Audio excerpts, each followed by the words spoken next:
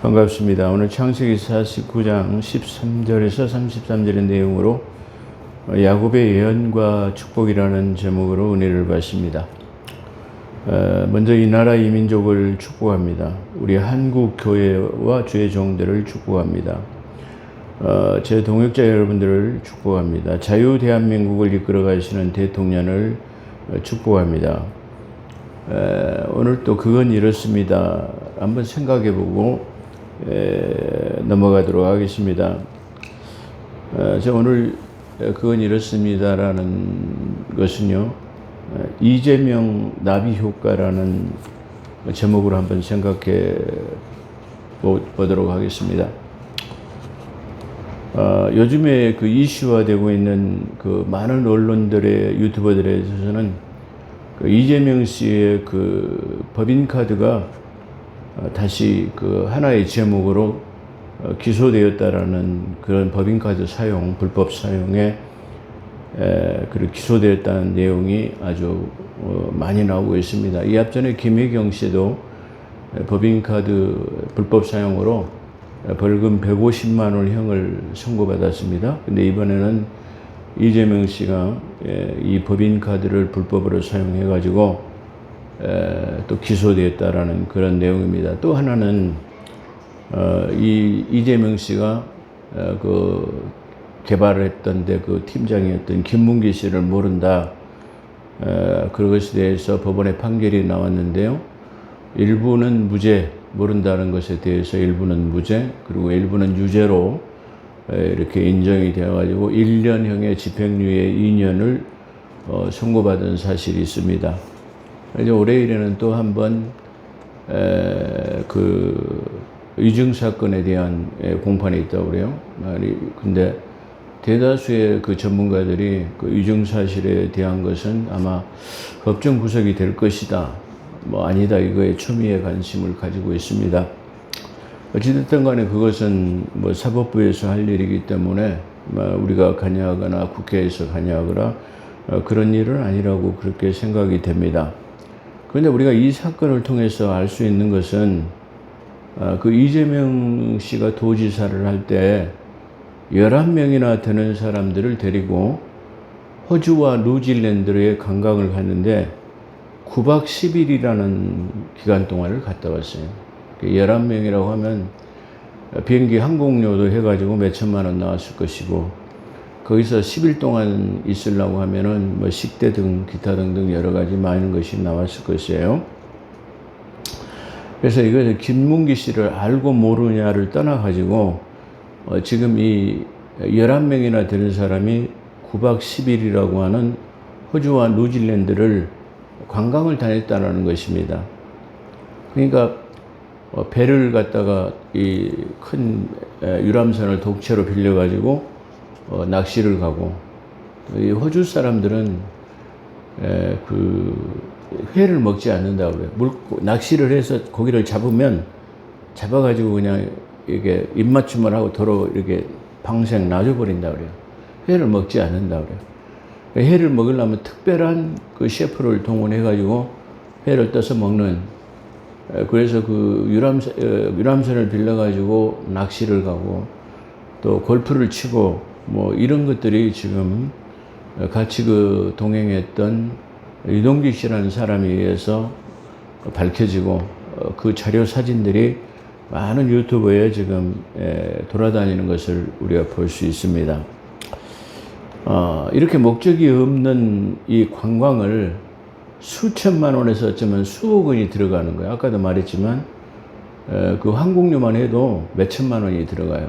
거기서 배를 빌리고 골프장 다니고 뭐 이런 돈까지 하면 아마 수억 원이 들었을 것으로 생각이 됩니다. 근데 중요한 일은 팩트는 놔두고 그게 골프를 치러 갔냐 안 갔냐, 그 김문기 씨를 아냐 모르냐, 그게 문제가 중요한 게 아니잖아요. 알고 모르는 게 중요한 게 아니라 이렇게 11명이나 데리고 와서 수천만 원의 돈, 수억 원의 돈을 목적이 없이 관광으로 쓰고 왔다라는 거예요. 배를 빌리고 골프를 치고 이렇게 국민의 혈세를 낭비했다라는 거예요. 근데 이것에 관해서 말하는 사람이 없어요. 나는 그 김문기 씨를 알고 모르고를 떠나가지고 국민의 혈세를 이렇게 낭비한 것에 대해서 그게 어떻게 저렇게 많은 돈을 그것도 한두 명도 아니고 뭐 이렇게 11명이나 되는 사람을 데리고 왔을까? 그리고 거기서 국민의 혈세를 저렇게 낭비해도 된다는 말인가? 그거에 대해서는 이 방송이나 유튜브에서 말하고 있는 데가 별로 없더라는 말입니다. 그래서 한번 생각해 보는 거예요.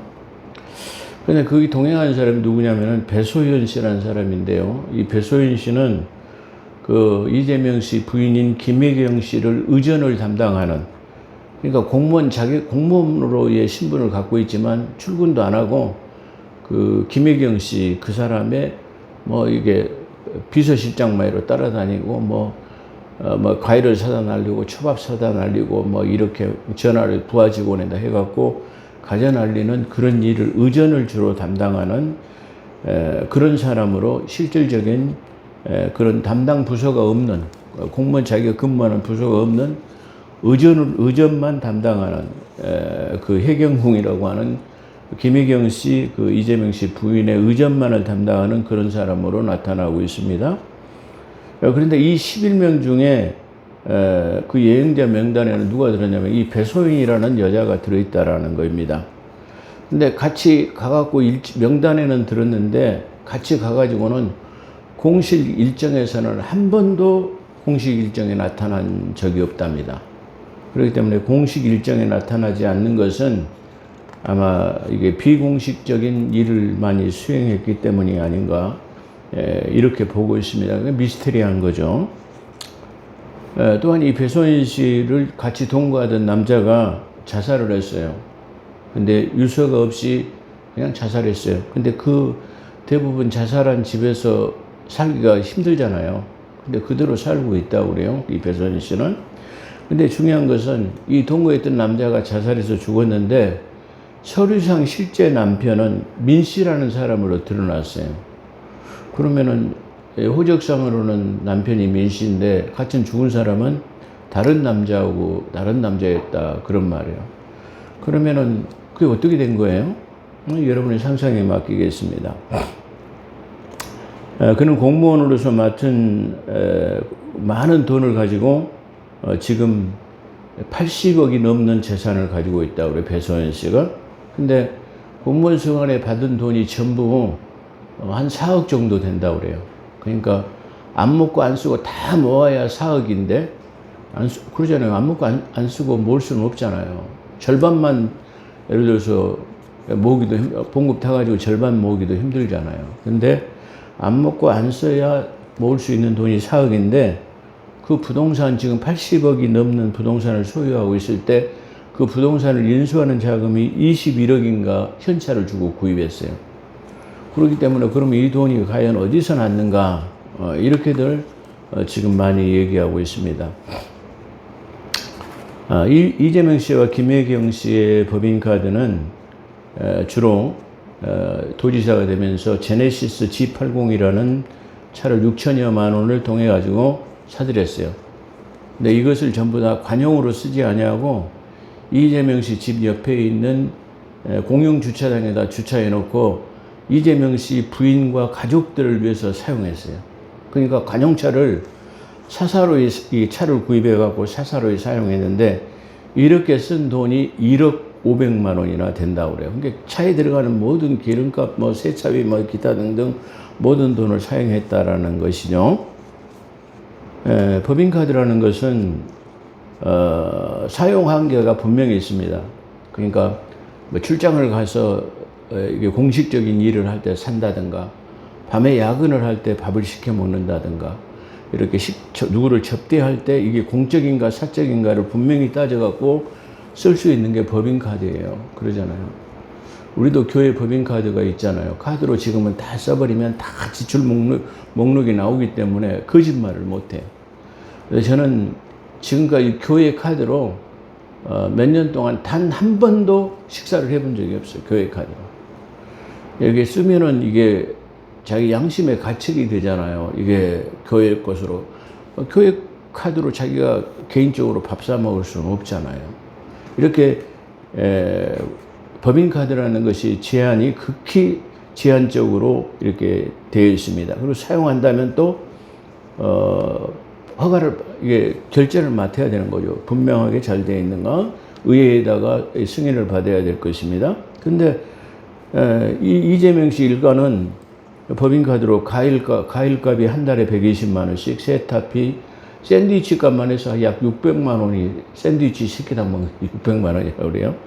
초밥, 식대, 그다음에 제수용품까지 자기 집에서 제사 지내는데 개인적인 제사를 지낼 때도 전부 법인카드로 이렇게 사용을 했다고 합니다. 그래서 이 결제 금액이 1억 500만 원이 넘는 돈을 법인카드를 가지고 사사로이 사용했다는 것입니다. 또한 도지사를 지낼 때는 그 부채가 지금 1조 5천억이나 된다고 그래요. 이거 포퓰리즘으로 사용했는데요. 막 인심 쓰는 것으로 사용했다 그 말이죠. 그런데 이 1조 5천억이라는 되는 돈이 지금 이제 올해부터는 분할 상환해서 돈을 갚아야 된다고. 전부 이 국민의 혈세를 갖다가 제 마음대로 인심 써가지고 그걸 무엇으로 남겨놨어요? 후세대의 다음 도지사, 후세대에 대한 빚으로 남겨놨다라는 말이에요. 자, 근데 저는 이번 사건을 통해 가지고 나비 효과 좋은 점도 있겠다 그런 생각을 했어요. 어떤 좋은 것이냐 그러면은 이렇게 지방자치단체장들이 외유 해외여행 가는 사건들이 공공연하게 자행되고 법인카드를 사용하는 것에 대한 이런 것들을 계기를 통해서 우리가 잘 알게 됐어요. 그러니까 그 어떤 그 지방 유튜버가 부산 그 의원들을 쫓아다니면서 외국 여행 가지 말라, 뭐 밥 먹으러 가냐, 뭐 여기까지 밥 먹으러 막 쫓아다니면서 막 그런 유튜버가 있었잖아요. 그래서 저는 왜 저렇게 막 할까 그랬는데 이런 일이 있기 때문에 외국 여행에 왜 가냐 말이야. 왜 혈세를 들여갖고 외국 여행 가냐. 그것에 대해서 항의하는 내용이었더라고요. 이것을 통해서 알게 된 거죠. 그래서 우리가 이런 계기를 통해서 전 국민들이 알게 되었습니다. 이렇게 해외에 가는 것이 전부 다 어떤 목적의식한가 아니라 여행 간단 말이에요. 몇 명씩 데리고 그렇게 해가지고 또 관광 갔다 오고 이런 돈들이 전부 국민의 혈세로 새어나가고 있구나 하는 것과 이 각 지방 단체장들에게는 이것이 뭐예요?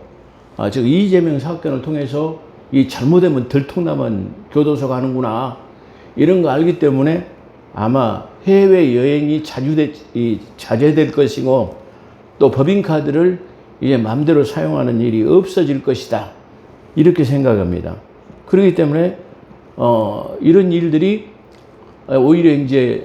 오히려 이 이재명 사건을 통해 갖고 많은 지방자치단체장들에게 경종이 되어 가지고 외국 여행 가는 것이 자제되고 법인카드 쓰는 것이 자제되고 이런 측면으로서는 대단히 좋은 효과가 있을 것이다.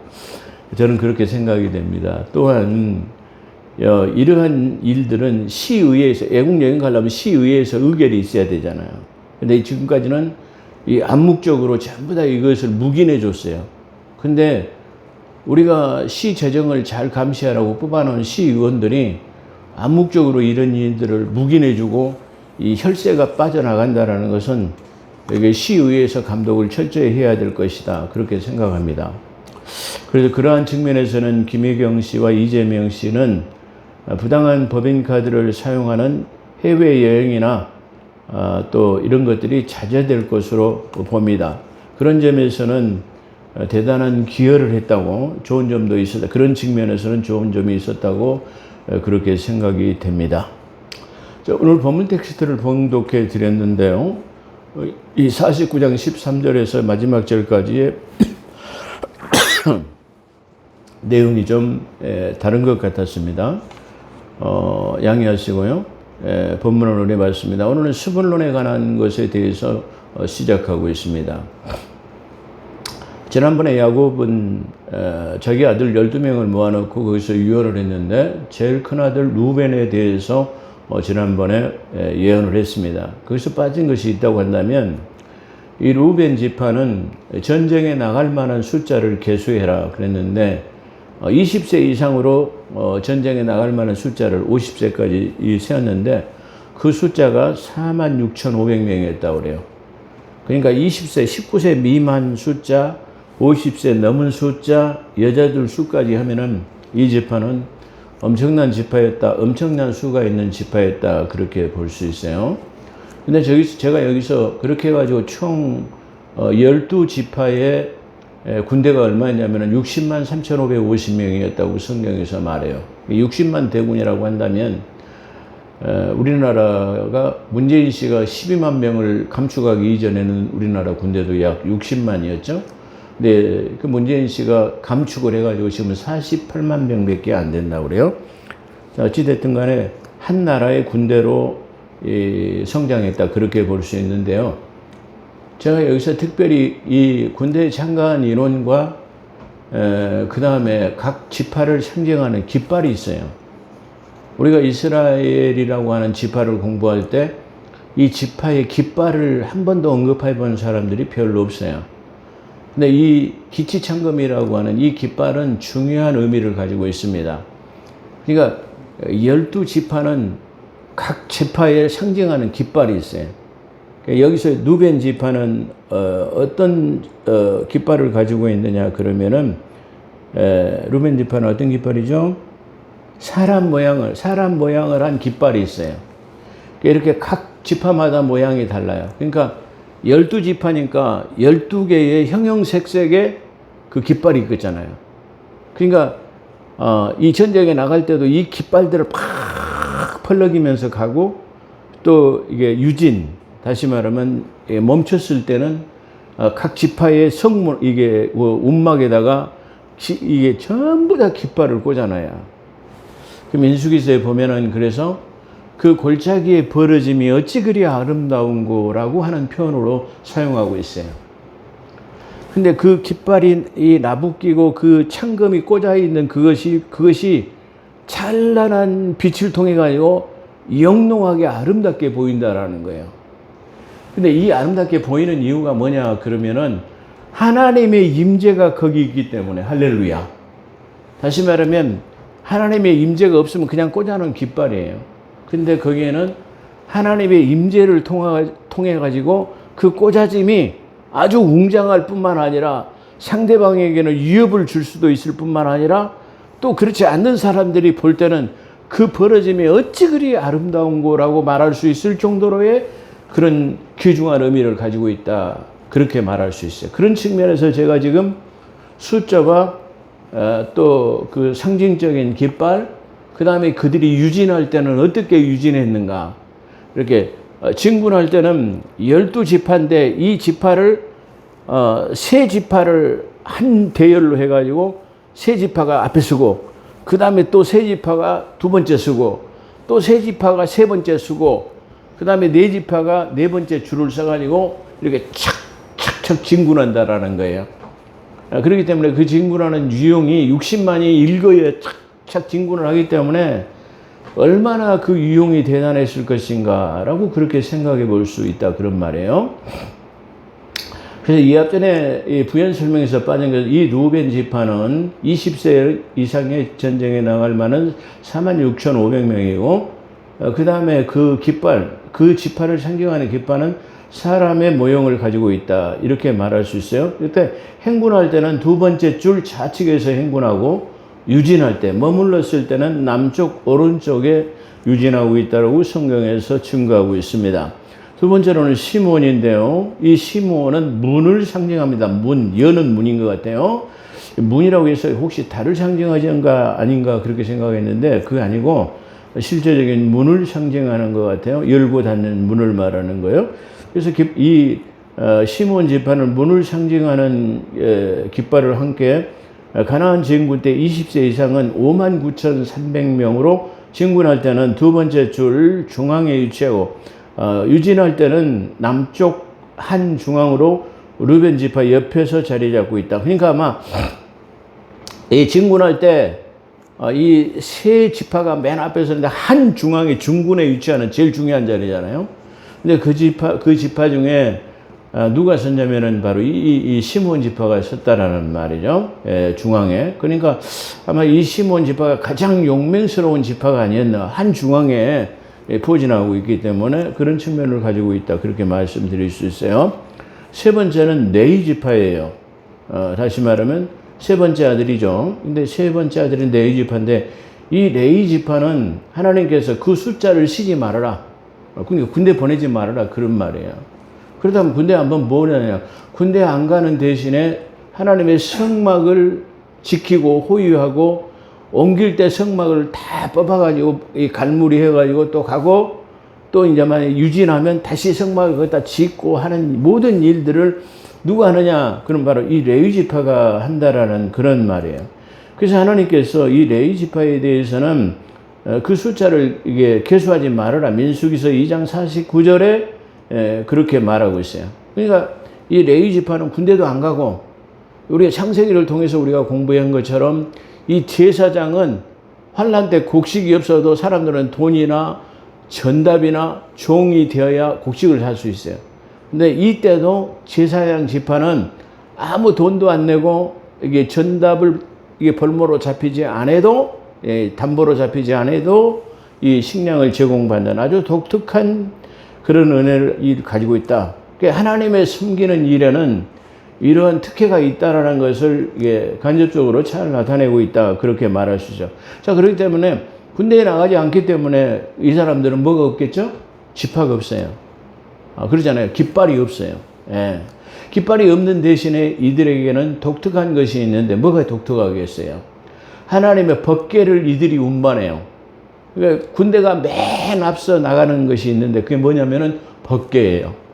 그러니까 어떻게 보면은 이들의 깃발은 바로 법궤다. 이렇게도 볼 수 있어요. 이렇게 아주 중요한 지파가 바로 레위 지파다. 이렇게 말할 수 있어요. 그런데 진군할 때는 성막에 관한 모든 것을 그 기구를 운반하고 또 유진할 때는 이 동서남북으로 성막을 유시해가지고 이 레위 지파가 앞뒤 좌우로 이렇게 딱 포진하는 거예요. 그러니까 맨 동쪽으로는 누가 서냐면은 모세와 아론과 그의 아들들이 맨 성막 앞에 다시 말하면 이 제사장 지파가 그 앞에 선다 그런 말이죠. 그 다음에 게르손에게 서쪽에는 게르손 자손이 7,500명이 자리 잡고 있고 남쪽으로는 고핫 자손이 8,600명, 북쪽으로는 무라리 자손이 6,200명이 자리 잡고 성막을 짓고 호유하고 옮기는 모든 것을 레위 지파가 하도록 민수기서 2장 50절에 그렇게 기록되어 있습니다. 이게 아주 독특한 그런 지파다 그렇게 말할 수 있어요. 우리가 이런 것들을 통해서 깨달을 수 있는 것은 성막을 위해서 일하게 되면 아주 특별한, 다시 말하면 하나님의 교회를 위해서 일을 하게 되면은 아주 특별한 은혜를 받을 수 있다라는 것을 우리가 간접적으로 우리가 생각해 볼 수 있는 그런 장면이죠. 네 번째로는 유다 지파인데요.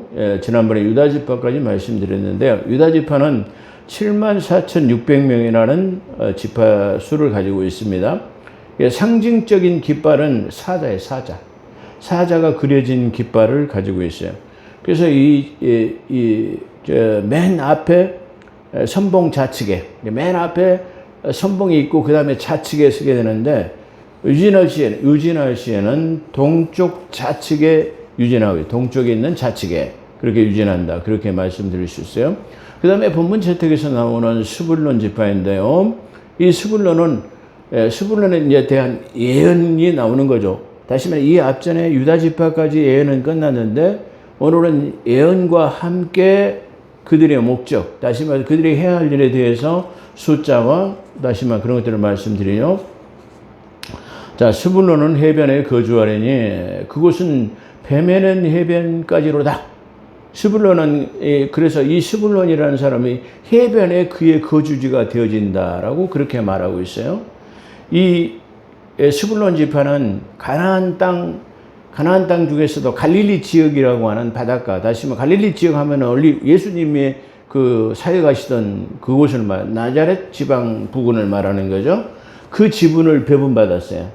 그런데 그 내륙적으로는 전부 다 이 삼면이 이 내륙으로 이 육지로 자리 잡고 있어요. 그러니까 앞으로는 이게 바다를 바라보고 있기 때문에 앞뒤 좌우로는 삼면이 자기 형제들이 이 경계로 살고 있기 때문에 자기 형제들은 형제의 땅을 넘볼 수 없기 때문에 어디로 자연적 눈을 바닷가 쪽으로 해변으로 돌리게 될 것이다라는 그런 예언의 말이다. 이렇게 볼 수 있어요.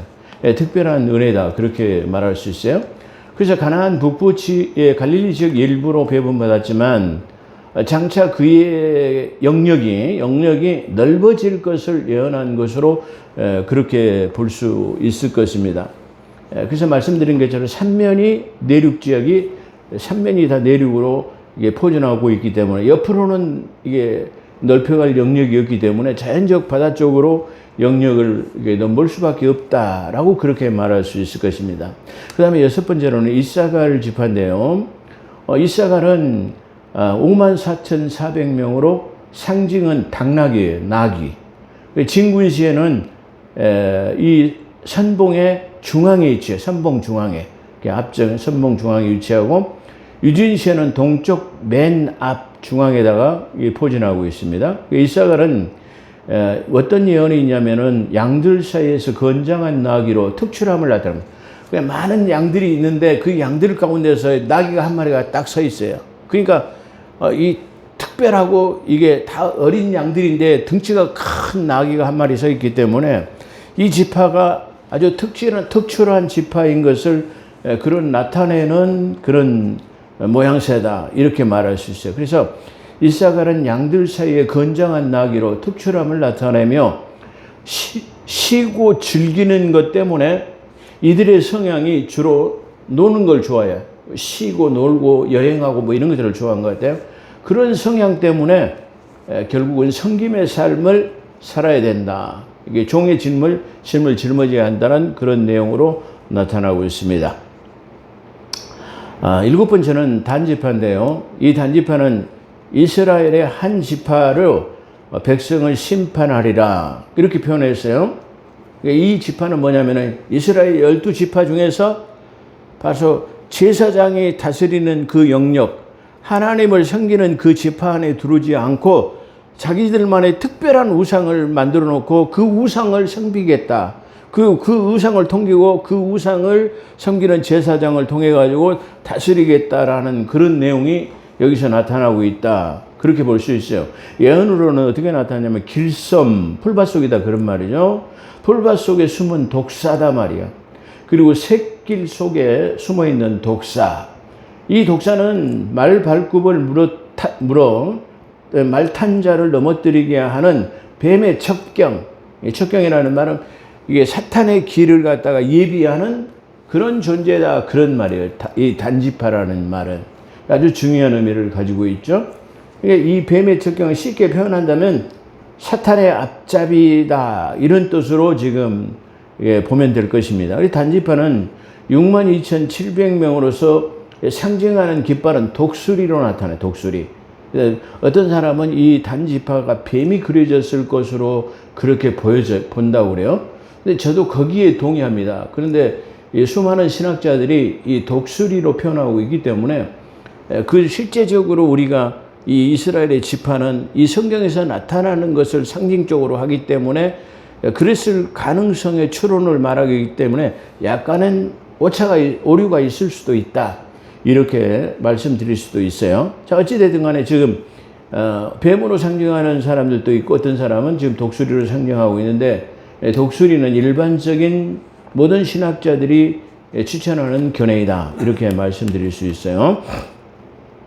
이 단지파에 대해서는 이 단지파가 왜 그러면 그렇게 되었느냐 이렇게 말하면 사사기서 18장에 잘 기록되어 있습니다.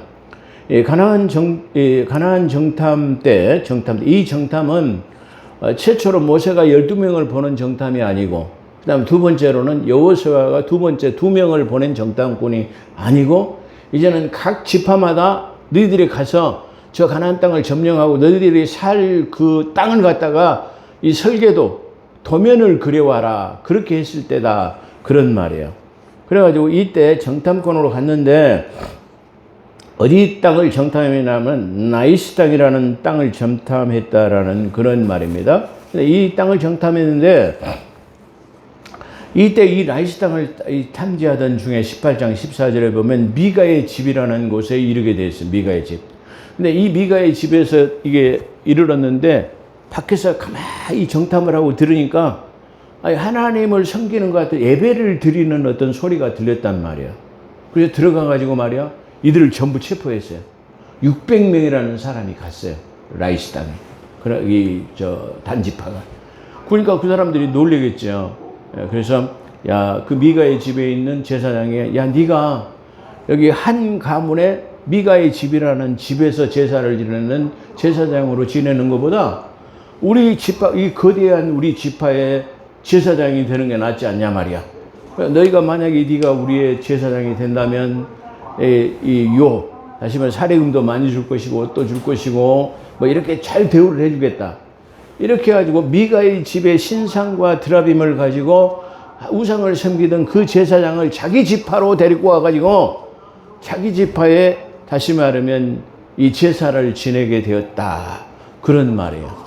그렇기 때문에 단지파는 한 지파 자기 스스로를 다스리겠다는 내연이 바로 이게 성취된 것인데요. 이 사사기서 18장에서 왜 단지파가 다시 말하면 이렇게 타락하게 됐는가? 그러면 가나안 땅을 정탐할 때 라이스 땅이라고 하는 미가의 집에 들어가서 그 드라빔과 신상을 가지고 와갖고 자기 지파를 다스리는 그런 일이 있었기 때문에 그걸 지금 예언하는 것이다. 그런 말이에요.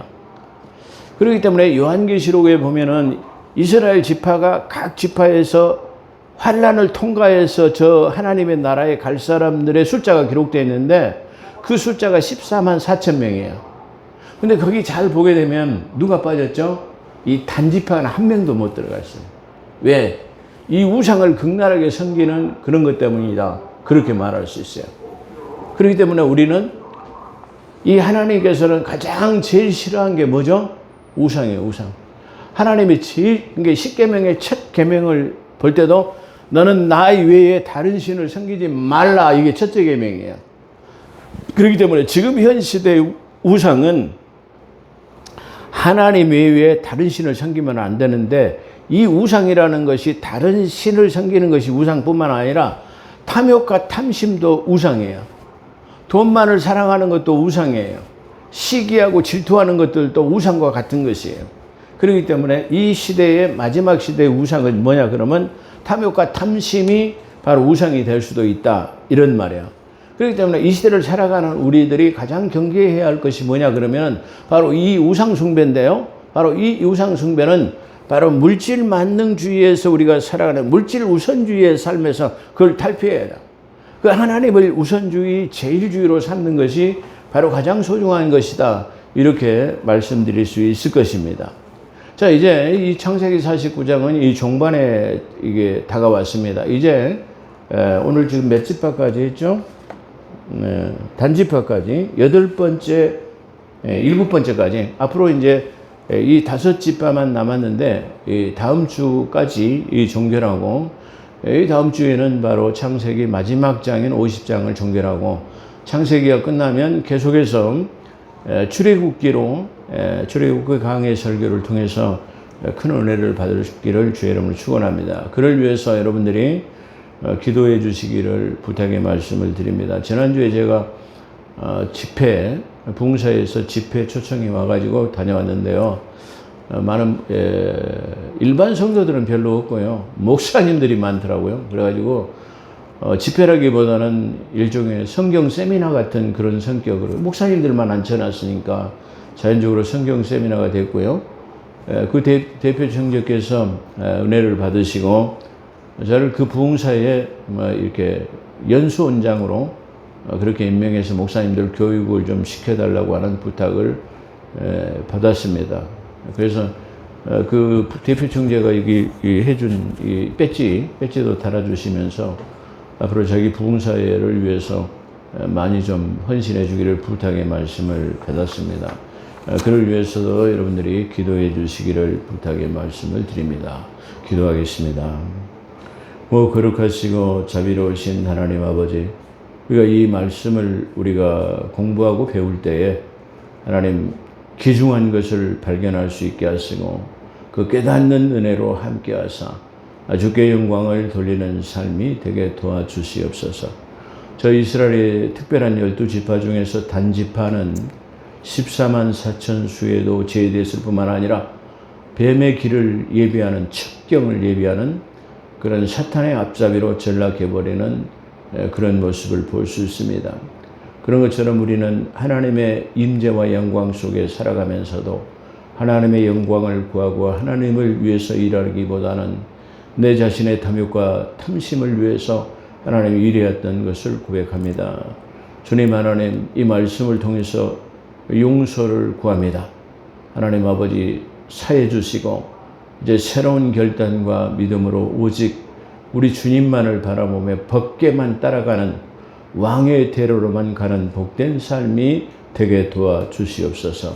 함께 하신 것 감사하며 우리 구주 예수 그리스도 이름으로 기도드립니다.